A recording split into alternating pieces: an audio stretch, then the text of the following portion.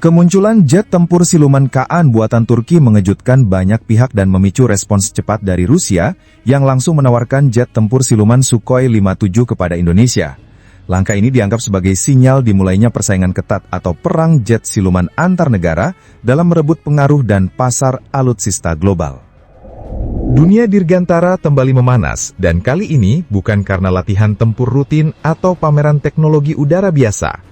Sebuah manuver strategis yang sangat tidak terduga muncul dari dua kutub berbeda. Satu dari Turki, lewat jet tempur generasi kelima Kaan, dan satu lagi langsung dari Federasi Rusia, yang seolah tak ingin kehilangan momentum, langsung menawarkan jet tempur siluman Sukhoi 57 ke Indonesia. Ya, Anda tidak salah dengar, bukan demo statis, bukan brosur, tapi penawaran langsung. Seolah berkata, kalau Turki bisa pamer, Rusia siap kirim barang. Kita mulai dari yang bikin heboh dulu. Kaan, jet tempur siluman kebanggaan Turki, baru saja tampil gagah dalam uji tak terbatasnya. Jet generasi kelima ini, yang merupakan hasil pengembangan lokal Turki melalui Turkish Aerospace Industries atau TEI, didesain untuk menjadi tandingan jet-jet mutakhir seperti F-35 milik Amerika Serikat atau J-20 milik Tiongkok.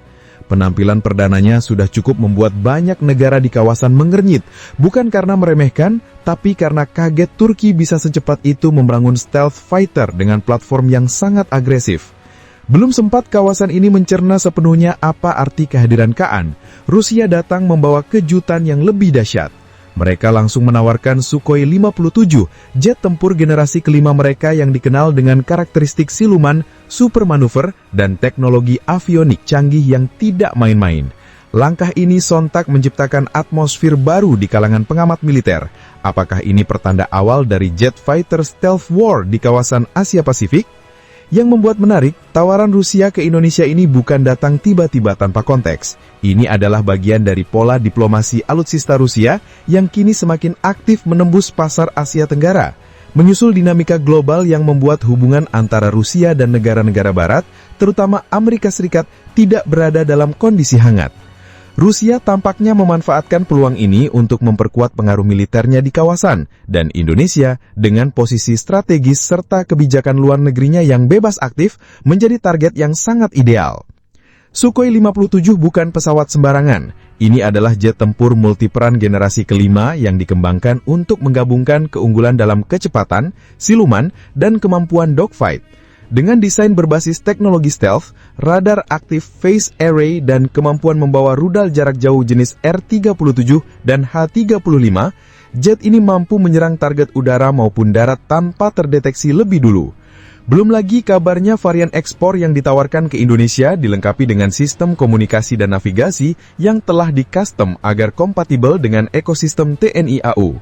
Namun yang membuat Rusia benar-benar tampil beda kali ini adalah waktu penawarannya. Ini bukan hanya urusan teknis, melainkan juga strategi geopolitik. Mereka melihat kemunculan Kaan sebagai sinyal bahwa pasar jet tempur generasi kelima kini sudah semakin terbuka, dan Indonesia bisa menjadi titik awal untuk menancapkan bendera lebih dulu. Dalam istilah dagang, ini seperti berebut pembeli pertama di mal baru yang baru buka. Siapa cepat, dia dapat.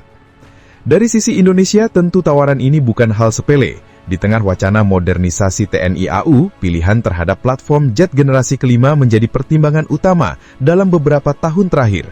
Apalagi proses panjang pengadaan pesawat generasi keempat plus seperti Rafale dari Perancis sudah mulai berjalan. Kini pertanyaannya bukan hanya pesawat apa yang akan dibeli, tapi juga generasi keberapa yang akan dikejar. Tentu saja tawaran ini bisa menimbulkan berbagai respons. Dari dalam negeri, beberapa pengamat menyambut antusias, menyebut bahwa Indonesia layak mengoperasikan jet setara dengan negara-negara besar. Namun ada pula yang menyarankan agar pemerintah berhati-hati, karena akuisisi jet tempur generasi kelima bukan sekedar beli pesawat, tapi juga komitmen jangka panjang terhadap sistem logistik, pelatihan pilot, transfer teknologi, dan interoperabilitas dalam doktrin tempur. Sementara itu reaksi dari luar negeri, terutama dari pihak Amerika Serikat dan mitra-mitranya, bisa dipastikan tidak akan adem-adem saja. Ketika Indonesia membahas potensi akuisisi Sukhoi 35 beberapa tahun lalu, tekanan diplomasi dari Barat sudah cukup terasa. Maka ketika Indonesia kini mempertimbangkan Sukhoi 57, dapat dipastikan radar diplomasi negara-negara barat akan langsung menyala dengan bunyi ting-ting-ting, seperti alarm di film perang Hollywood. Yang menarik, dalam wacana publik, netizen Indonesia punya gaya khas tersendiri dalam menanggapi isu ini. Di berbagai forum daring dan media sosial, muncul komentar seperti, kalau bisa KA-nya buat koleksi, Sukhoi-nya buat latihan, F-35-nya buat acara 17-an. Atau yang lebih jenaka, jangan cuma perang jet siluman, nanti takutnya rakyat juga makin siluman pas bayar pajak. Namun di balik kelucuan itu tersimpan harapan besar, bahwa Indonesia tidak hanya menjadi pasar, tapi juga aktor penting dalam kompetisi teknologi militer dunia. Dengan pilihan cerdas, kalkulasi matang, dan negosiasi strategis, langkah Indonesia ke dalam era jet tempur generasi kelima bukan lagi mimpi di langit biru, melainkan skenario realistis yang sedang dipertimbangkan sangat serius. Kini, kita masuk ke babak yang lebih menarik. Apa dampak dari kemungkinan akuisisi jet tempur generasi kelima ini terhadap kawasan, dan bagaimana pengaruhnya terhadap peta kekuatan udara ASEAN secara keseluruhan? Pertama-tama, kita harus melihat bahwa jika Indonesia benar-benar mengamankan Sukhoi 57, maka itu akan menjadikannya negara pertama di Asia Tenggara yang mengoperasikan jet tempur generasi kelima versi Rusia. Saat ini, tidak ada satupun negara ASEAN yang mengoperasikan pesawat dengan stealth capability penuh. Bahkan Singapura, yang terkenal sangat progresif dalam urusan alutsista, masih mengandalkan F-15SG dan F-16D dengan rencana jangka panjang baru ke arah F-35B dari Amerika Serikat. Dan itu pun belum sepenuhnya terrealisasi. Jadi kalau Indonesia melangkah duluan dengan jet siluman, bisa dibilang posisinya akan naik level, dari sekadar negara regional dengan armada kuat, menjadi power broker udara di kawasan ini. Bahkan bisa-bisa, pilot dari negara tetangga akan mulai rajin cek cuaca dan perbintangan sebelum melintasi perbatasan udara, karena tak tahu dari mana arah siluman Rusia itu datang. Namun bukan hanya ASEAN yang akan tergelitik. Negara-negara besar di Asia Timur seperti Jepang dan Korea Selatan juga pasti mencatat ini dengan seksama. Jepang saat ini tengah fokus pada pengembangan proyek jet generasi ke-6 bersama Inggris dan Italia. Sementara Korea Selatan juga melanjutkan pengembangan KF-21 generasi 4,5. Tapi jika Indonesia, yang selama ini dikenal sebagai negara non-blok sejati, tiba-tiba memarkir Sukhoi 57 di Lanut Iswahjudi atau Pekanbaru, efek psikologis dan strategisnya tidak bisa dianggap enteng. Kemudian, mari bicara soal dampaknya terhadap kerjasama industri pertahanan dalam negeri. Bila Rusia bersedia melakukan skema transfer teknologi, atau dalam istilah resminya, offset agreement, maka ada peluang besar bagi industri lokal seperti PT Dirgantara Indonesia untuk terlibat dalam proses perawatan, pelatihan teknisi, bahkan perakitan komponen minor dari jet tersebut. Tidak hanya menambah skill tenaga kerja Indonesia, tapi juga membuka pintu bagi industri dalam negeri untuk naik kelas. Tentu ini semua masih dalam tahap wacana. Tapi seperti yang biasa terjadi di dunia alutsista, segala sesuatu yang dimulai dari wacana bisa berujung pada skema pembelian, joint venture, hingga kolaborasi multinasional. Asal diplomasinya berjalan dengan tenang, uangnya disiapkan dengan rapi, dan persetujuan parlemen tidak diganggu jadwal reses. Sementara itu dari sisi politik internasional, Amerika Serikat hampir pasti tidak akan tinggal diam. Mengingat hubungan pertahanan Indonesia dengan Amerika Serikat selama ini cukup erat, dengan pengadaan radar, helikopter Black Hawk, dan latihan bersama rutin, maka akuisisi jet siluman dari Rusia bisa menimbulkan gesekan halus yang mungkin tidak terdengar di mikrofon, tapi terasa dalam nutulensi pertemuan bilateral. Belum lagi ancaman sanksi dari Undang-Undang CAATSA yang pernah menghantui rencana akuisisi Sukhoi 35 beberapa tahun silam. Namun kondisi dunia saat ini sudah jauh lebih cair dibanding 5 tahun lalu.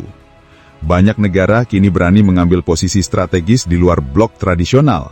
India misalnya tetap membeli sistem pertahanan udara S-400 dari Rusia meskipun mendapat tekanan besar dari Washington.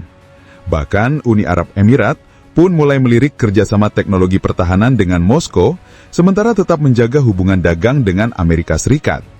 Jadi bukan tidak mungkin Indonesia juga bisa memainkan kartu cerdasnya.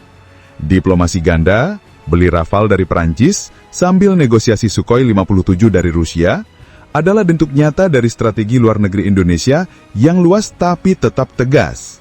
Atau dalam bahasa santai, kalau mau kuat jangan pilih satu geng, biar bisa pinjam pensil dari semua pihak saat ujian datang. Dan jangan lupakan satu efek domino yang sering terlupakan, dampak terhadap teknologi radar dan sistem pertahanan udara nasional. Jet tempur generasi kelima, seperti Sukhoi 57, tidak bisa dioperasikan secara maksimal tanpa jaringan pendukung berbasis sensor fusion, radar aktif jarak jauh, dan pusat komando digital yang canggih. Artinya, jika pesawat ini dibeli, maka Indonesia otomatis harus meningkatkan jaringan pertahanan udara, baik dengan modernisasi radar-radar primer, maupun dengan integrasi sistem rudal permukaan ke udara modern, seperti Buk Misil 2M atau Pansir MI. Bisa dibayangkan, efek domino dari satu pembelian ini bisa meluas ke berbagai aspek, mulai dari diplomasi, industri pertahanan, doktrin tempur, hingga perimbangan kekuatan kawasan. Dan itu semua hanya karena satu gerakan, penawaran dari Rusia setelah Kaan bikin panggung geger. Thanks banget buat yang udah nonton sampai habis. Kalau suka, ya di-like aja. Kalau merasa cocok, langsung subscribe. Dan kalau jempol udah gatal pengen ngetik, antem aja tuh kolom komentar. Mau debat? Boleh. Mau bercanda? Gas! Yang penting sopan.